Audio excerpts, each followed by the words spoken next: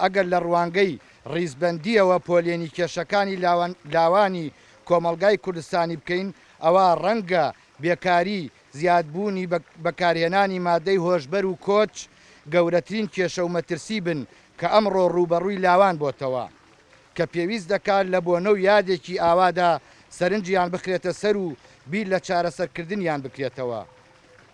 ئەوە جیا لەوەی توێژی لاوان لە ناو کۆمەلگای کوردستانیدا وەک چۆن فراوانترین توێژن لە ڕووی ژمارەوە بە هەمان شێوە لە ڕووی ئامادەیی و کاریگەری ئیجابیشەوە لە ڕیزی پێشەوەن.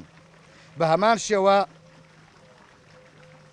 لاوانی ئێمە بە تەنیش ئەم کێشە و قەیرانانەوە بەردەوام بە ورە و ئامادەیەکی زۆرەوە لە ڕیزی پێشەوەی بەشداری هونەری و زانستی و کولتوریدا بوون. لە دوێنێ و ئەم ڕۆژدا گیانفیدا و نیشتیمان پەروەر و خۆنەویست بوون بۆ خاکی وەتەن، بۆیە ئەوان شایەنی هەموو بایەخ و ئاوردانەوەیەکی زیاترن.